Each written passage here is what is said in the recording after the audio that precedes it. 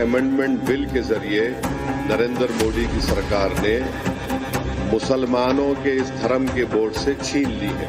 दुर्भावनापूर्ण एक्ट है ये अमेंडमेंट है, ये सोसाइटी के लिए, कम्युनिटी के लिए या मुल्क के लिए।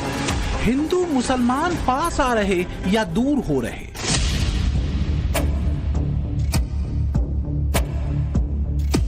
मुस्लिम लीडरशिप बनाम हिंदू लीडरशिप।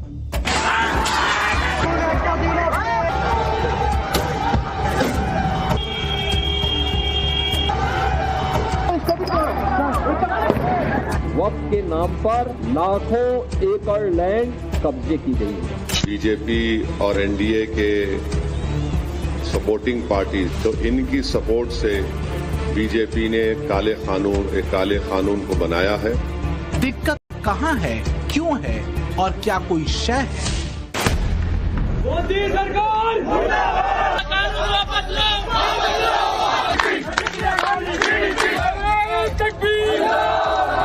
ऐसे फिरका प्रस्त लीडरों के बहकावे में न आने के बाद आप खुद सोचें, खुद समझें कि आपको क्यों लड़ाया जा रहा है।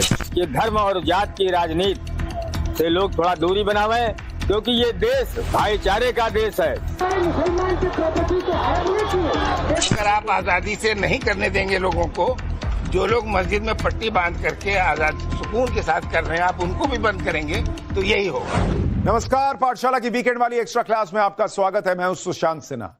आज की एक्स्ट्रा क्लास का चैप्टर दरअसल 2 सवालों के जवाब की तलाश है। पहला सवाल यह कि इस देश में हिंदू मुसलमान पास आ रहे हैं या फिर दूर हो रहे हैं। पिछले हफ्ते भी मैंने इसी सवाल से एक्स्ट्रा क्लास की शुरुआत की थी। आज उसी का दूसरा हिस्सा आपके लिए लाया हूं। इसे आप एक्सटेंशन कह सकते हैं, क्योंकि ये इतना अहम और गंभीर मुद्दा है जिसको बिना इतिहास को पढ़े, बिना दोनों समुदायों के कथित लीडर्स के मनोविज्ञान को जाने समझा नहीं जा सकता। आज इन प्रश्नों के उत्तर इतिहास के हवाले से भी आज आपको बताऊंगा। सवाल यह है कि अगर हिंदू मुसलमान पास आ रहे हैं तब तो ठीक है, लेकिन अगर दूर हो रहे हैं तो दिक्कत कहां है, क्यों है, क्या इसके पीछे कोई शय शामिल है? इन सारे सवालों के जवाब आज आपको मिलेंगे, लेकिन शुरुआत इस रिपोर्ट से। वो हिंदुस्तान जिसकी तुलना हजरत अमीर खुसरो ने जन्नत से की थी, हमारा हिंदुस्तान जन्नत का वो बगीचा है जहां तहजीब का हर रंग फला फूला है। सूफी परंपरा ने न केवल इंसान की रूहानी दूरियों को खत्म किया, बल्कि दुनियावी दूरियों को भी कम किया है। कहीं ऐसा तो नहीं कि माहौल बिगाड़ने का इल्जाम लगाकर कट्टरपंथी जमातें अपनी घुटी हुई सियासत की जमीन तैयार कर रही हैं। कहीं ऐसा तो नहीं कि वक्त की संपत्ति हाथ से फिसलते देख कुछ कट्टरपंथी मौलानाओं ने अपनी खींच मिटाने के लिए ये जुमला उछाला है। बीते करीब 1 दशक से ऐसा ही एक नैरेटिव चलाया जा रहा है कि जब से मोदी सरकार देश में आई है, हिंदू मुसलमान के बीच खाई गहरी है। क्या सिर्फ इसलिए क्योंकि पीएम मोदी के राज में राम मंदिर का निर्माण हुआ, गुलामी के प्रतीक चिन्हों और नामों को बदला गया, हिंदू मंदिरों को तोड़ने वाले आक्रांताओं का सच सामने आया, मुस्लिम आक्रांताओं के सनातनियों और उनकी संस्कृति पर हुए अत्याचार सामने आए, क्योंकि तुष्टीकरण के बजाय संतुष्टीकरण की बात पीएम मोदी ने की। हमने इसी नैरेटिव के पीछे के सच को समझने की कोशिश की, दोनों पक्षों के उन चेहरों से की जो कि अपने अपने समुदाय में असरदार पकड़ रखते हैं। हमने उनसे पूछा कि हिंदू मुसलमान को लेकर हेट नैरेटिव के पीछे की वजह क्या है। तो ये तमाशे बर्दाश्त नहीं किए जाएंगे। ये तमाशे बेहद खतरनाक हो रहे हैं और इससे मुसलमान समाज का नहीं, हिंदू समाज का नहीं, हमारे देश का नुकसान हो रहा है और इस नुकसान को बर्दाश्त नहीं किया जाएगा। हमें नहीं लगता है कि कोई रोक रहा है। अभी हिंदू जग ही नहीं रहा, तो कोई रोक नहीं रहा है। सब लोगों की एकता की आवश्यकता, श्रद्धा पूर्वक आप आएंगे तो सबका स्वागत है, क्योंकि हमने रहीम को भी स्वीकार किया, रस खान को भी स्वीकार किया, तो हमें कोई दिक्कत नहीं है, पर कायदे में रहेंगे तो फायदे में रहेंगे। अगर प्रश्न वर्तमान के हैं तो क्या उनके उत्तर कहीं इतिहास के गुजरे दौर में पड़े हैं? इसे हम समझने की कोशिश आगे करेंगे, लेकिन ये बात भी कई बार कही जाती रही है कि आजादी के पहले और आजादी के बाद मुस्लिम समुदाय को एक वोट बैंक की तरह इस्तेमाल करते कथित सेकुलर पार्टियों ने जमकर तुष्टीकरण के खेल को खेला। कुछ इतिहासकार दावा करते हैं कि अपने देश में बहुसंख्यक हिंदू आबादी के साथ हुए बर्बर जुल्म सितम को गंगा जमुनी तहजीब के पानी से धो पोंछ कर साफ कर दिया गया। क्या तुष्टीकरण के खेल और वोट बैंक पॉलिटिक्स के लिए जानबूझकर संघ और मुसलमानों के बीच खाई बढ़ाई गई? क्या यह सिर्फ इसलिए किया गया ताकि आगे चलकर हिंदुओं को जाति में बांटो और मुसलमानों को हिंदू एकजुटता का डर दिखाकर सत्ता की परमानेंट व्यवस्था कर ली जाए? अब देखिए कि तुष्टीकरण का चस्का कैसे कांग्रेस ने मुसलमानों के कट्टरपंथी लीडर्स को लगाया। कहते हैं इसकी नींव पड़ी 1919 में, जब अली बंधुओं के नेतृत्व में तुर्की के खलीफा के समर्थन में खिलाफत सम्मेलन हुआ, जिसमें अंग्रेजों के तुर्की में खिलाफत की बहाली की मांग की गई। कायदे से देखा जाए तो इसका न तो हिंदुस्तान से कोई लेना देना था, ना ही हिंदुस्तानी मुसलमानों से, लेकिन मजहबी सनक थी, कौम की बात थी। तब गांधी जी ने अपने असहयोग आंदोलन और खिलाफत आंदोलन दोनों को साथ में जोड़ दिया। हालांकि जल्दी ही यह समझ में आ गया कि खिलाफत आंदोलन अहिंसक तो कतई नहीं, क्योंकि खिलाफत आंदोलन के नाम पर देश में ऐसे दंगे भड़काए गए कि इसमें हिंदुओं को निशाना बनाया गया। मोपला नरसंहार इसी खिलाफत आंदोलन के नाम पर हुआ। इस समय एक बात साफ हो चुकी थी कि कांग्रेस कम से कम हिंदुओं पर हो रहे अत्याचारों पर मौन थी। लेकिन तब डॉक्टर अंबेडकर ने मोपला नरसंहार पर खूब लिखा और बोला। बाबा साहब अंबेडकर ने अपनी किताब पाकिस्तान और द पार्टीशन ऑफ इंडिया में मोपला दंगों में हिंदुओं के नरसंहार पर तीखी टिप्पणी की थी, खासकर हिंदू मुस्लिम एकता और कांग्रेस के मुस्लिम तुष्टीकरण को लेकर।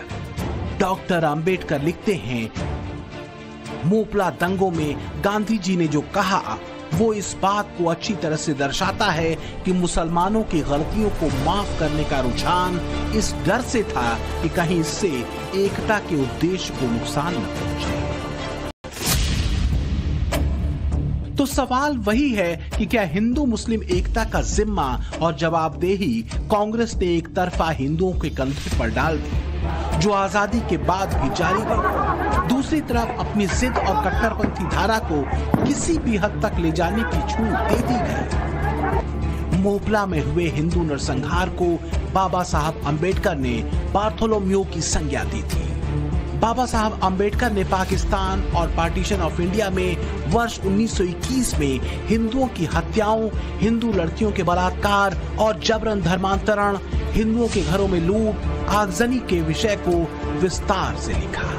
इस नरसंहार की तुलना डॉक्टर अंबेडकर ने 1572 में फ्रांस में हुए प्रोटेस्टेंट के नरसंहार से की थी। वो आगे लिखते हैं कि मोपला में हिंदुओं के नरसंहार पर कांग्रेस की वर्किंग कमेटी की तरफ से पास रिजोल्यूशन दिखाता है कि कांग्रेस इस बात को लेकर कितनी सावधान थी कि किसी भी कीमत पर मुसलमानों की भावनाएं आहत न हो।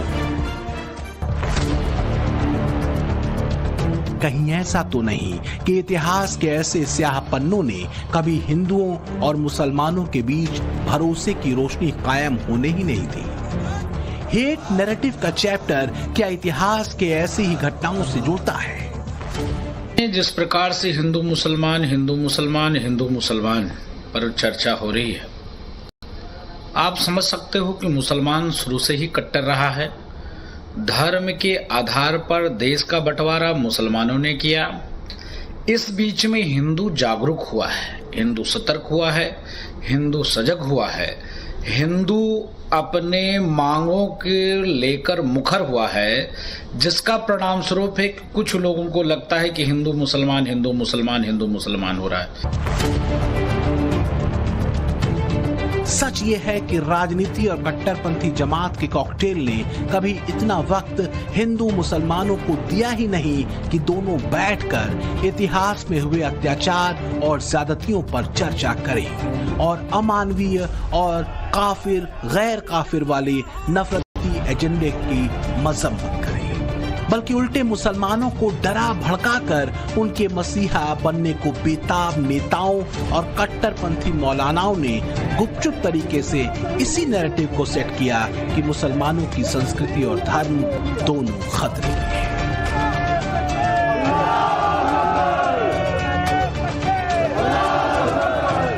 14 से हम देख रहे हैं मुसलमानों के साथ जो जस्टिस हो रहा है, उनके मकान बुलडोज किए जा रहे हैं।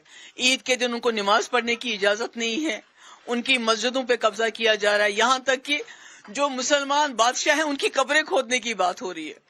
तो आप किस जस्टिस की बात कर रहे हैं? क्या ये कोई जो अमेंडमेंट वक्त में क्या मुसलमानों से पूछा? क्या आपने मुसलमानों की राय ली? जिस चीज के मुसलमान खिलाफ हैं, क्योंकि हमारे कब्रिस्तान, हमारी जियारतें, हमारी मस्जिदें, हमारी जमीनें सब हमसे छीनना चाहते हैं। नैरेटिव ऐसा ही सेट किया जा रहा है। वो पार्टियां जिन पर बीजेपी सेक्युलरिज्म के नाम पर कम्युनल पॉलिटिक्स के आरोप लगाती है और कट्टरपंथी मौलाना ऐसे ही नैरेटिव सेट करने में लगे। वो वक्फ बिल में संशोधन को इस्लाम पर हमला बताते हैं, नागरिकता संशोधन कानून को मुसलमानों के खिलाफ बताते हैं, यूसीसी को मुसलमानों की धार्मिक आजादी पर चोट कहते हैं और तो और राम मंदिर पर आए सुप्रीम कोर्ट के फैसले तक पर सवाल उठाते हैं। इसे वो अन्याय बता चुके हैं। कोई अमेंडमेंट नहीं हो सकता, वो वापस लेना होगा। वहाँ पर एक भी शिक उसमें ऐसी नहीं है, एक भी खिलाफ ऐसा नहीं है जो वक्त के फायदे में हो। सबके सब जो है वो वक्त के नुकसान में है। जैसे जैसे पहला उसमें यह है कि सुप्रीम कोर्ट का जो ऑर्डर था कि वक्त इज वक्त, ऑलवेज इज वक्त, जो एक बार वक्त हो गया वो हमेशा वक्त रहेगा, उसको एक खत्म कर रहे हैं। मूर्ख दूर हो रहे हैं, अच्छे लोग एक हो रहे हैं।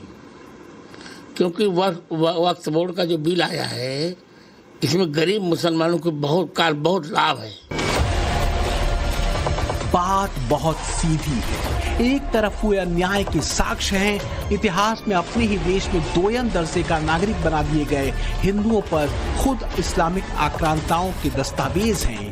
दूसरी तरफ ज्यादतियों के इल्जाम। एक तरफ खंडित मंदिरों के भग्नावशेष हैं, दूसरी तरफ वक्फ कानून में हुए संशोधन से मस्जिदों को छीन लेने के अफवाहों से भरे दावे। तो ज्यादती हो किसके साथ रही है और कौन कर रहा है?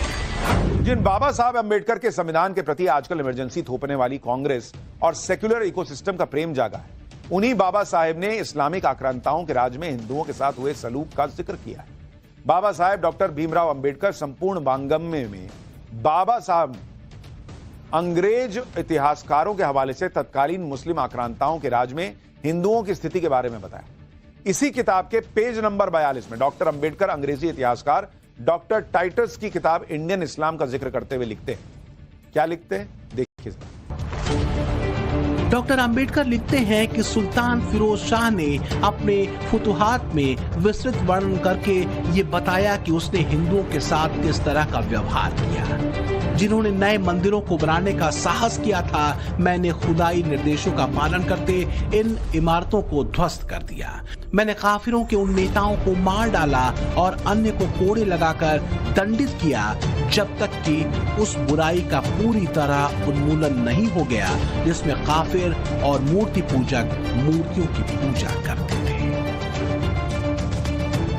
तो क्या देश के बहुसंख्यक हिंदू समाज के घावों को नजरअंदाज करने की सजा आज कांग्रेस और कथित लिबरल गिरोह भुगत रहे हैं? कहा तो यहाँ तक जाता है कि चूंकि हिंदू सहिष्णु रहा और जातियों में बटा रहा, वो वोट बैंक नहीं बन सका। जबकि दूसरी तरफ एकजुट वोट बैंक ने जो चाहा वो किया, आजादी से पहले भी और आजादी के बाद भी।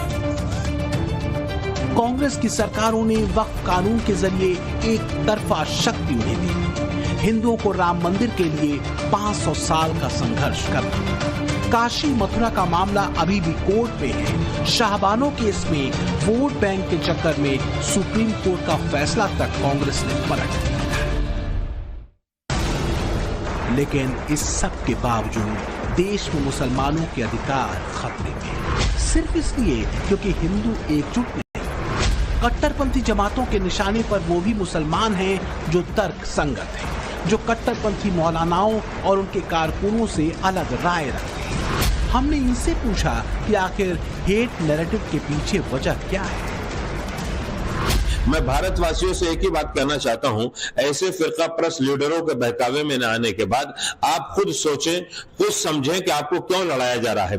किसी भी बड़े नेता का बेटा आके सड़क पे नहीं लड़ता है, किसी भी शरारत परसन अनासिर का बेटा आने के बाद कत्ल नहीं होता है, बल्कि मजदूरों के, गरीबों के, कम शिक्षा वालों को भड़काकर सड़कों पर उतारकर उनके घरों में आग लगवाई जाती है, उनको मरवाया जाता है, वो कत्ल हो जाते हैं। तुम्हें वास्ता है अल्लाह, नबी, पैगंबर, इमाम का किसी किसी के बहकावे में ना आकर अमन शांति का मुजाहिरा करें। आज हमारे देश में हिंदू और मुसलमानों की फीलिंग और हिंदू मुसलमानों की दूरियां, धर्म की राजनीति लोग इस तरीके से फैला रहे हैं कि हिंदू मुसलमानों के बीच में दूरियां बढ़ रही हैं। हम अयोध्यावासी हैं, सभी धर्मों का सम्मान करते हैं, लेकिन हम तो जो है लोगों से अपील करते हैं कि धर्म और जात की राजनीति से लोग थोड़ा दूरी बनावें, क्योंकि ये देश भाईचारे का देश है। पूरी दुनिया में जाना कहते हैं कि हम हिंदुस्तान के हैं। मुद्दा भरोसे का है। ये भरोसा तब तक मजबूत नहीं हो सकता जब तक मुसलमानों के लीडर्स का हिंदुओं पर राज करने वाला माइंडसेट नहीं बदलता। तो मामला वक्त का नहीं है, मामला पॉलिटिक्स का है। मुसलमानों के नाम पर, मुसलमानों के खिलाफ, मुसलमानों के लिए कभी हमदर्द बन के और कभी गाली दे के, हमदर्दी के पीछे भी गाली ही छुपी हुई है। इस एक्ट को दुर्भाग्य के साथ, दुर्भावना के साथ, दुर्भावनापूर्ण एक्ट है ये अमेंडमेंट है। ये सोसाइटी के लिए, कम्युनिटी के लिए या मुल्क के लिए, मान लो सोसाइटी के लिए, मुसलमानों के लिए खराब होता, मुल्क के लिए अच्छा होता तो भी हमारे सर आंखों पे हो सकता था। हाँ ठीक है, थोड़ा तकलीफ होगी, बर्दाश्त कर लेंगे, कोई बात नहीं, देश का भला हो जाए। न देश के लिए, न कॉमन सोसाइटी के लिए, इंडियंस के लिए, और न ही मुसलमानों के लिए, किसी के लिए ये कानून सही नहीं है और इस तरह के अमेंडमेंट सही नहीं है। मैं डायरेक्ट चैलेंज कर रहा हूं भारत के प्रधानमंत्री को कि आप, मेरा सवाल आपसे है, आप जब अमेंडमेंट ये ला चुके हैं, कानून बना चुके, तो क्या संभल की मस्जिद वक्फ की प्रॉपर्टी रहेगी? क्या ज्ञानवापी की मस्जिद वक्फ की प्रॉपर्टी कहलाएगी? क्या मथुरा की मस्जिद वक्फ की प्रॉपर्टी कहलाएगी?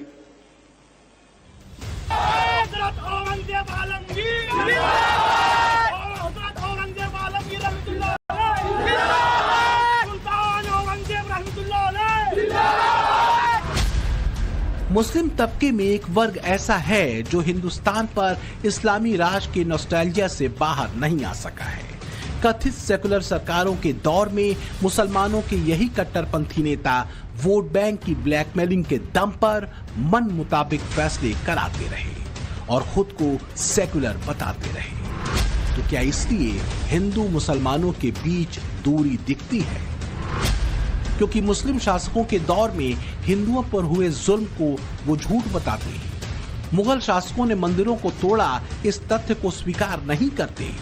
जबरन धर्मांतरण की बात को हिंदुत्ववादियों का प्रोपेगेंडा बताते हैं और इतिहास के पन्नों पर अंकित तथ्यों से जब तक मुसलमान मुंह मोड़ता रहेगा, हिंदुओं के साथ उसके शासकों के जुल्म सितम पर गर्व करता रहेगा, तब तक दूरी मिटेगी, इस बात पर संदेह।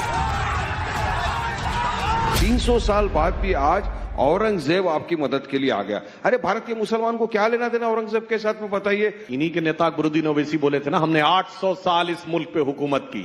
ये हम कौन थे और 800 साल हुकूमत करने वाले कौन थे? अभी इनके मुंह से निकला, इनके नेताओं ने बोला था आगरे का ताजमहल तुम्हारे बाप ने बनवाया, लाल किला तुम्हारे बाप ने बनवाया। मेरे भाई ये बाप कौन बना रहा है? आप बना रहे हैं, हम नहीं बना रहे हैं। एक बात मैं आपसे पूछता हूं कि क्या देश में सेक्युलरिज्म का ठेका कांग्रेस और विपक्षी पार्टियों ने ही ले रखा है? सेक्युलरिज्म कांग्रेस ने बनाया क्या? भारत की धमनियों में धर्मनिरपेक्षता रही। 8वीं शताब्दी में कांग्रेस नहीं थी जब पर्शिया, जिसे आज ईरान कहते हैं, उस पर इस्लामिक आक्रांताओं ने हमला किया और बर्बर तरीके से पारसियों का कत्लेआम शुरू किया, क्योंकि उनकी नजर में पारसी काफिर थे। तब कुछ पारसियों ने वहां से पलायन करके भारत में शरण ली और यहीं के होकर रहे। याद रखिए, ना उनको कन्वर्ट होना पड़ा, ना ही उनकी परंपरा और संस्कृति जो है वो खत्म हुई। तब कोई समाजवादी पार्टी, कांग्रेस या कथित लिबरल इकोसिस्टम नहीं था। यहूदी भी आए तो भारत ने उन्हें असुरक्षित महसूस नहीं कराया, बल्कि सुरक्षित आश्रय दिया। न तो पारसियों का धर्म खतरे में पड़ा, न ही यहूदियों का। लेकिन मुसलमानों के साथ ही ऐसा क्यों हुआ कि दूरी बनी रहे? कुछ तो वजह। भारत में पारसियों के आगमन का जिक्र मिलता है किस्सा-ए-संजान में। फारसी भाषा में लिखा गया ये ऐतिहासिक ग्रंथ है। इस ग्रंथ का नाम गुजरात के वलसाड के एक नगर संजान के नाम पर रखा गया। किस्सा संजान के अनुसार 8वीं शताब्दी में पारसी लोगों का एक समूह गुजरात के तट पर संजान नामक स्थान पर उतरा। पारसी ईरान से आए थे क्योंकि उनकी मातृभूमि पर इस्लामी सेनाओं ने कब्जा कर लिया था। जब पारसियों को जबरन इस्लाम कबूलने के लिए यातनाएं दी जानी शुरू हुई तो उन्होंने भारत पलायन किया। भारत के सनातनियों ने पारसियों को अपनाया, उनको स्थान दिया। पारसियों को उनकी सांस्कृतिक और धार्मिक परंपराओं को निभाने की पूरी आजादी दी।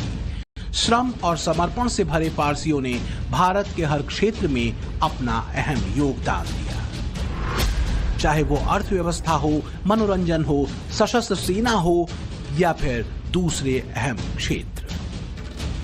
अनुमान है कि दुनिया भर में पारसियों की कुल आबादी 1 लाख से ज्यादा नहीं है। ईरान में कुछ हजार पारसियों को छोड़कर ज्यादातर पारसी भारत में ही रहते हैं, जिनमें से अधिकांश मुंबई में हैं। पारसी जब हिंदुस्तान आए तो पारसी हिंदुस्तान में गजवा हिंद करने नहीं आए थे। पारसी हिंदुस्तान में यहां के मंदिर तोड़ने नहीं आए थे। पारसी यहां के मंदिरों को तोड़ के उनकी मूर्तियों को पैरों तले रूंधवाने के लिए नहीं आए थे। वो यहां पे सौहार्द से रहने आए थे। इसलिए पारसी समाज के साथ हिंदू समाज का कोई विरोध नहीं हुआ। विदेशी धरती से एक और धर्म के मानने वाले भी भारत में आए। ये थे यहूदी। भारत में यहूदियों की आमद करीब 2000 साल पहले की बताई जाती है। यहूदी 2000 साल पहले केरल के मालाबार तट से भारत आए थे। भारत में अलग प्रकार के यहूदी समुदाय हैं, जैसे बेने इस्राएल, बगदादी यहूदी और कोचीन यहूदी। 1940 के दशक में भारत में यहूदियों की संख्या 20,000 से 50,000 तक थी, लेकिन 1948 के बाद इजराइल में प्रवास की वजह से ये संख्या कम हो गई। 1948 में इजराइल देश बना था। इजराइल के अस्तित्व में आने के बाद भारतीय यहूदी अपने प्रॉमिस्ड लैंड चले गए। हालांकि अभी भी भारत में करीब 4 से 5,000 यहूदी परिवार रहते हैं। भारत में बहुत सारे ऐसे लोग आए, शक आए, हुड आए, पर्शियन आए, यहूदी आए और आकर के भारत के संस्कृति और सभ्यता के साथ उन्होंने तालमेल बैठा लिया। उसका एकमात्र कारण यही था कि पर्शियन भी आए तो उन्होंने भारत की संस्कृति पर हमला नहीं किया। किसी पर्शियन ने न भारत पर आक्रमण किया, न किसी पर्शियन ने भारत की संस्कृति को खत्म करने का प्रयास किया। और जो सबसे ज़्यादा भावनात्मक पक्ष था सनातन धर्म और संस्कृति का, वो था मंदिर। तो मंदिरों पर हमला उन्होंने नहीं किया। इसलिए पर्शियन से किसी तरह का नफरत या भेदभाव नहीं है। दूरियां तभी मिटती हैं जब दर्द को समझा जाता है। इतिहास के पन्नों में दर्ज इस्लामिक आक्रांताओं के अत्याचारों को अगर नजरअंदाज करेंगे तो दूरी कभी नहीं मिट सकती। तो क्या मुसलमानों के लीडर्स और वोट बैंक वाले नेताओं की दिलचस्पी कभी इस बात की रही नहीं कि हिंदुओं और मुसलमानों के बीच की दूरी मिटे, बल्कि तुष्टीकरण के खेल से इसे और बढ़ाया गया। दूरी तब तक बनी रहेगी जब तक कट्टरपंथी औरंगजेब को आदर्श मानते रहेंगे। जब पाकिस्तान, बांग्लादेश, अफगानिस्तान के प्रताड़ित हिंदुओं को भारतीय बनाने पर बवाल किया जाएगा। दूरी बनी रहेगी जब हिंदू मंदिरों के भग्नावशेषों को जबरन मस्जिद बताया जाता रहेगा।